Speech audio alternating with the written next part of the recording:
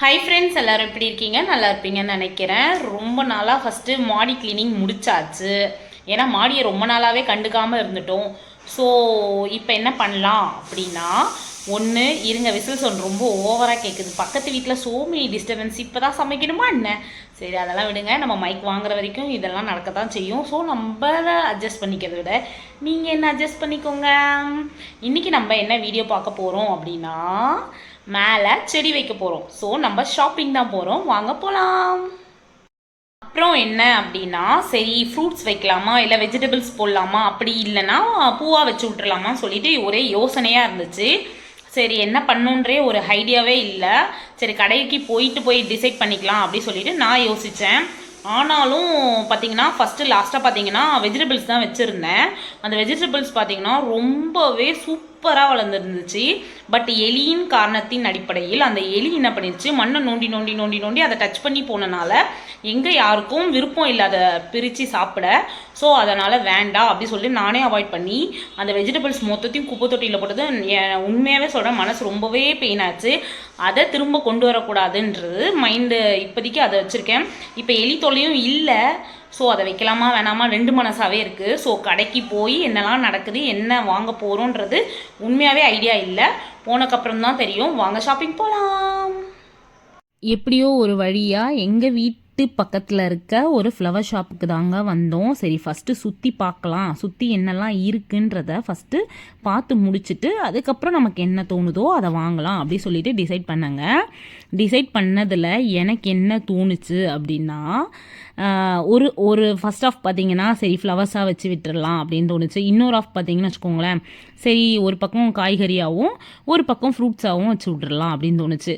இன்னொரு சைடு என்ன தோணுச்சுன்னா, வேணாம் நம்ம காய் வச்சு மறுபடியும் அந்த எலி அட்டகாசம் பண்ணி மறுபடியும் அதை குப்பை தொட்டிக்கு வளர்த்து தூக்கி போடுறதுக்கு வேண்டாம், நம்ம ஸ்லோவாகவே போகலாம். பூச்செடினா கூட சரி சாமி படத்துக்கு வைக்கிறதுக்கு யூஸ் ஆகும். கண்டிப்பாக நான் பறித்து வச்சுக்க மாட்டேன், மற்றபடி எல்லா குழந்தைக்கும் கொடுப்பேன், சாமிக்கும் வைப்பேன். ஸோ அந்த மாதிரி யூஸ் பண்ணலாமா அப்படி சொல்லி பார்த்தேன். ஏன்னா மண் வளம் பார்த்திங்கன்னா ரொம்பவே கொஞ்சம் டேமேஜ் ஆகிடுச்சு. ஸோ அதனால் அதை கொஞ்ச நாளைக்கு ஆற போடலாம் அப்படி சொல்லிட்டு பிளான் பண்ணிவிட்டு சரி ஒரு வழியாக ரோஸ் செடி பக்கம் திரும்பிச்சிங்க மனசு. ஆமாங்க, பார்த்திங்கன்னா எனக்கு என்னன்னே தெரில, கடந்த கொஞ்ச நாளாக இந்த பன்னீர் ரோஸ் மேலே அவ்வளோ பிரியமாக இருக்குது. என்னன்னே தெரியல, எங்கே யார் வீட்டில் பார்த்தாலும் பன்னீர் ரோஸ் ரொம்ப ரொம்ப ரொம்ப பிடிக்குது. நான் ஆனால் ஒரு தடவை கூட இந்த பன்னீர் ரோஸை வந்து வச்சது கிடையாது. நான் வச்சதுன்னு பார்த்தீங்கன்னா எப்போவுமே பட்டன் ரோஸ் வைப்பேன். உண்மையாகவே சொல்கிறாங்க, பட்டன் ரோஸில் வந்து நம்ம சும்மா சின்னதுன்னு வைப்போம், ஆனால் உண்மையாகவே சொல்கிறேன் நிறைய பட்டன் ரோஸ் தாங்க எங்கள் வீட்டில் நிறையவே பூத்துச்சு. ஸோ அதனால் நான் நிறைய டைம் வந்து பட்டன் ரோஸ் நோக்கி தான் போவேன். அதனால் இந்த வாட்டி என்ன பண்ணிட்டேன், ரெட் ரோஸ் ஒன்று, ஒயிட் ரோஸ் ஒன்று, எல்லோ ரோஸ் ஒன்று, பட்டன் ரோஸ் ஒன்று, ஆரஞ்சு ரோஸ் ஒன்று, அந்த மாதிரி குட்டி குட்டியாக எடுத்துப்போம். ஏன்னா ஃபுல்லாக சுற்றி ரோஸாகவே இருக்கட்டும், ஒரு சைடு மல்லியும் கனகாமரமும் இருக்கட்டும் அப்படி சொல்லிட்டு பிளான் பண்ணேங்க. பட் பிளான் பண்ண மாதிரி நடந்துச்சா அப்படின்றது தாங்க இங்கே ஒரு முக்கியமான விஷயம். அதுக்கு முன்னாடி கேமராமேனை கொஞ்சோண்டு அட்ஜஸ்ட் பண்ணிக்கோங்க. ஏன்னா யாரை கூட்டிகிட்டு போயிருந்தேன் அப்படின்னா என் பிள்ளையை தான் கூட்டிகிட்டு போயிருந்தேன்.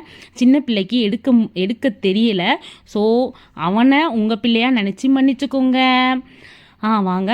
அதுக்கு முன்னாடி நான் என்ன பண்ணேன்னா தெரியுமா, சாமந்தி செடி வாங்கலாம் அப்படின்னு சொல்லிட்டு ஒரு ஐடியா வந்துச்சுங்க. ஏன்னா நான் சாமந்தி செடி ஒரு தடவை வச்சுருக்கேன், அப்படியே கருகி போச்சுங்க. அது எப்படி வளர்க்கணுன்றது எனக்கு தெரியலையா, இல்லை அந்த கடைக்காரங்கிட்ட கேட்போம் அப்படி சொல்லிட்டு கேட்டால் அந்த பைப்பில் ஒரு ரெஸ்பான்ஸும் இல்லைங்க. எல்லாமே வளரும், எல்லாமே செய்யும் அப்படின்ற மாதிரி அந்த பைப்பில் சொல்லிச்சு. நான் சொன்னேன், சப்போஸ் சாமந்தி செடி பூ வளரலைன்னா நான் என்ன பண்ணணும் அப்படின்னு கேட்டேன். திரும்ப எடுத்துகிட்டு வந்து வாங்கிக்கோங்கக்கா அப்படின்னு சொல்கிறான். என்னப்பா பழைய ஜோக்கு ரொம்ப கஷ்டமாக இருக்குது, அதனால் புது ஜோக்காக ஃபஸ்ட்டு யோசிச்சு வைப்பா அப்படி சொல்லிட்டு ஒரு வழியாக நான் எல்லோவும் ஒயிட்டும் சாமந்தி ஒன்று சூஸ் பண்ணேங்க. நல்லா இருந்துச்சு, நல்லா அடர்த்தியாக இருந்தது. அங்கே பார்க்கும் போது நல்லா அடர்த்தியாக தாங்க இருந்தது.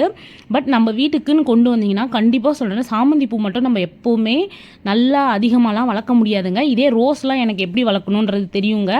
அதனால் ரோஸை எப்படியாவது காப்பாற்றிடுவேன். பட் சாமந்தியே நான் இந்த வாட்டி டாஸ்க்காக எடுத்திருக்கேன்.